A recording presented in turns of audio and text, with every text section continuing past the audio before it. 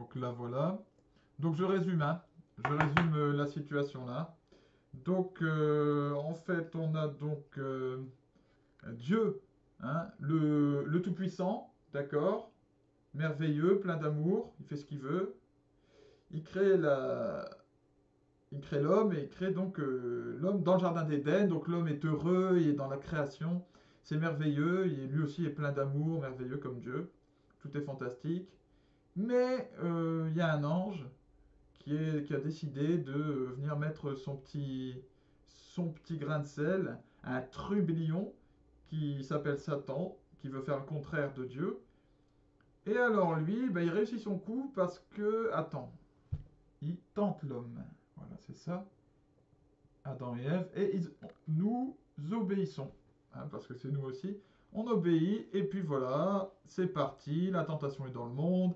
Et puis là, on a donc euh, la tentation pour tout le monde. On a les malheurs. On a la mort. Et puis on a des gens qui partent en enfer. Waouh. Ok.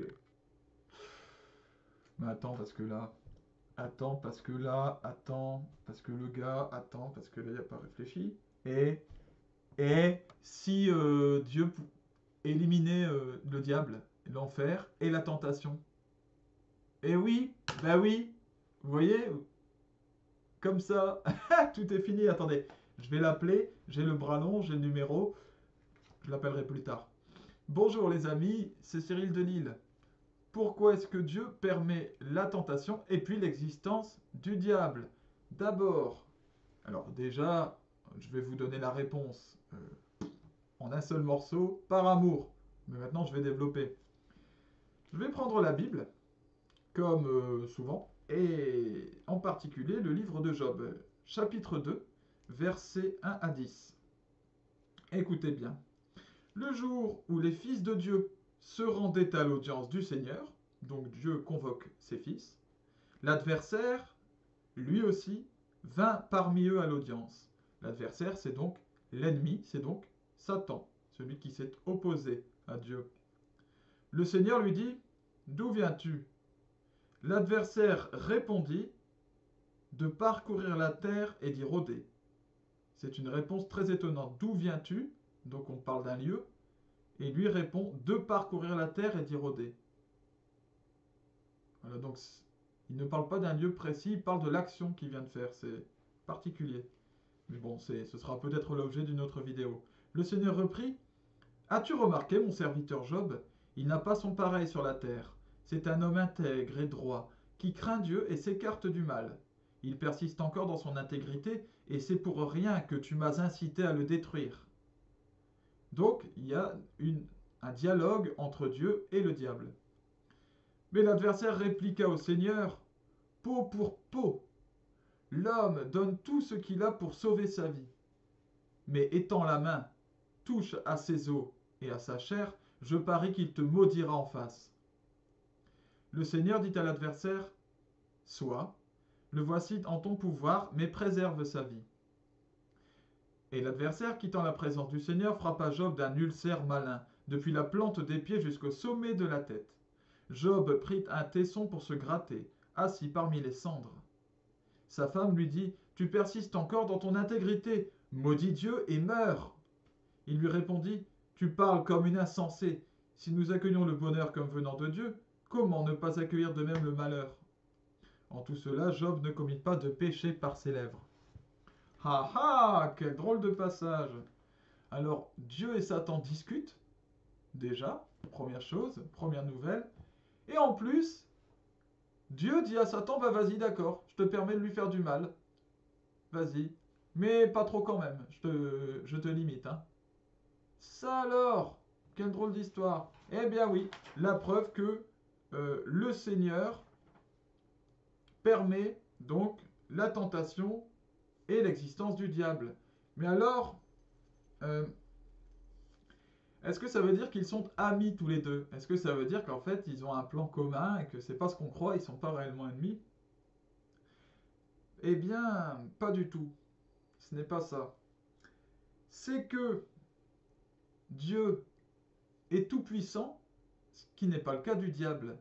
Et donc comme Dieu est tout puissant, il est infiniment supérieur à tout autre être que lui. Il est infiniment supérieur au diable lui-même, et en fait, il se sert du diable.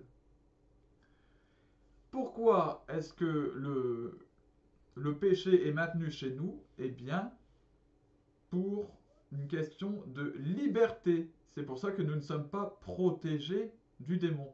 Même si le Seigneur limite les possibilités du démon de nous faire du mal, comme je viens de l'illustrer.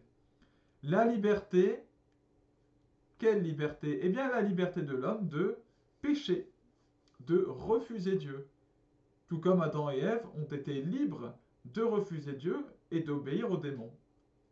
Pourquoi est-ce qu'il nous laisse libres? Parce qu'il nous aime. C'est son choix.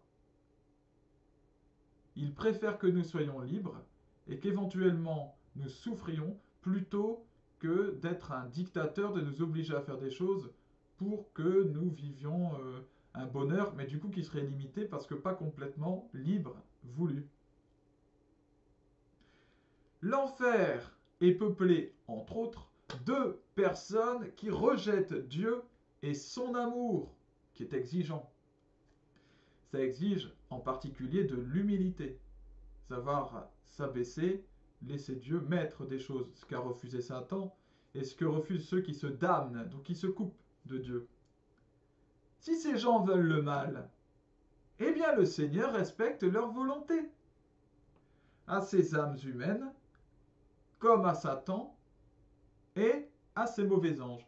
Voilà pourquoi l'enfer existe toujours, parce que c'est une question que je me suis posée moi-même pendant un certain temps. Pourquoi est-ce que l'enfer continue à exister? Et pourquoi Dieu ne détruira même jamais l'enfer en réalité? Eh bien par respect de notre liberté et de celle de ces anges, voilà, qui ont refusé son amour et qui souffrent éternellement. Eh bien tant pis. Chacun de nous a besoin d'être tenté, ici, maintenant, pour faire un choix entre le bien et le mal. Dieu permet que nous soyons un petit peu touchés par le mal, pour que nous sachions ce que c'est, et que nous puissions faire un choix, de préférence évidemment tourné vers le bien. Ceux qui sont attachés à Dieu, eux-mêmes, continuent même d'être tentés, alors qu'ils ont fait un choix entre le bien et le mal. Ben pourquoi alors, vous me direz? Ça n'a pas de sens. Bien si, ça a un sens.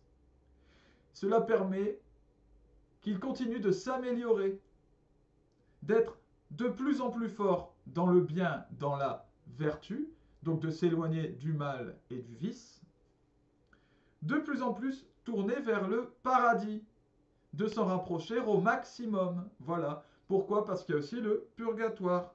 Le Seigneur nous aime infiniment et il ne veut pas, en tout cas, il veut nous donner la possibilité d'éviter le purgatoire. Parce que c'est un lieu de souffrance, le purgatoire, en vue d'accéder au ciel évidemment, mais un lieu de souffrance.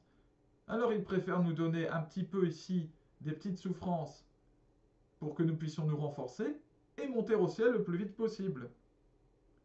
C'est exactement comme des sportifs, en particulier je trouve l'image des boxeurs. Le boxeur va prendre des coups, il va chuter, hein, il va parfois avoir une mauvaise garde, paf, un coup, bim, ça fait mal. Donc, à un autre moment, il n'a pas fait attention, il a fait attention sur un côté, pas l'autre, bim. Voilà, à un moment, il a pas été assez rapide, bim. Il a pas été assez puissant, le coup n'est pas bien porté, etc. Il chute, il se relève, et il continue le combat, il le reprend à chaque fois en étant de plus en plus doué, de plus en plus fort, de plus en plus intelligent, et capable de plus en plus de maîtrise. Car il apprend de ses erreurs, et il apprend en recevant ses coups, en chutant, etc., en étant un peu malmené. C'est un chemin donc de perfectionnement en réalité. Et Jésus lui-même est tenté au désert, je le rappelle, pourtant lui qui est fils de Dieu. Cela dit, la différence avec nous, c'est qu'il ne chute jamais. Voilà, dès le départ, c'est le boxeur suprême. Et tout de suite, il met KO Satan. En 3 coups, il l'a allongé. Voilà la différence avec nous. Dieu ne permet jamais que nous vivions des tentations qui dépassent nos forces. Il ne permet pas que nous vivions une tentation qui va nous mettre KO en un seul coup. Vous comprenez? Qui va nous mettre à plat. Non. Il limite le pouvoir de Satan, comme expliqué dans cet exemple dans le livre de Job. Parce qu'il veut pour nous la vie. Il ne veut pas la mort. Ceux qui vivent la mort éternelle, ce sont des gens qui l'ont choisi librement. Ainsi Dieu est-il juste, infiniment juste. Je vous donne un exemple avec la natation. Encore un exemple de sport. Hein. Quand vous apprenez à nager, quand vous êtes enfant, vous êtes en train de nager et il y a le maître nageur qui a un bâton, vous savez, une barre en métal. Et puis parfois vous pouvez vous y accrocher, à d'autres moments il retire cette barre en métal. Et là, vous prenez l'eau, c'est une imitation de quelqu'un qui prend l'eau, ça. Vous avez du mal à respirer, vous coulez, vous relevez. Moi c'était ça quand j'étais petit, c'était une catastrophe. J'avais un mal fou pour apprendre à nager. Et puis à un moment, si vraiment vous avez beaucoup de difficultés, le maître nageur remet sa barre, il vous permet de vous raccrocher, parce qu'il ne veut pas que vous vous noyiez, évidemment. Eh bien, c'est exactement la même chose pour Dieu, qui nous aide de temps en temps, qui nous laisse être tentés, puis quand il voit que nous tombons un petit peu trop, que ça dépasse nos forces, il revient nous aider, par sa grâce, parce que sans sa grâce nous ne pouvons rien, nous chutons, voilà, complètement, car nous ne sommes pas Jésus. Voilà comment le Seigneur agit avec nous. Il nous apprend, il nous permet d'apprendre à nager. Ainsi le Seigneur, en fait, se sert du diable. Il n'est pas copain avec lui, il se sert de lui. Et de la tentation pour nous mener à la sainteté. Alors qu'au départ, nous l'avions, sans combat. Mais maintenant, nous sommes dans une épreuve, et nous avons besoin de passer par là. Ceci démontre encore l'échec total de Satan, de son plan et de l'enfer. Parce que même lui, il est le jouet de Dieu, le Tout-Puissant. Voilà les amis. Que le Seigneur vous bénisse, qu'il vous permette de bien vivre ce temps de confinement, qu'il vous bénisse tous vos proches et qu'il vous permette d'accéder à lui, d'accéder à son Fils Jésus et de résister aux tentations justement et d'avancer en sainteté. À bientôt, salut à vous!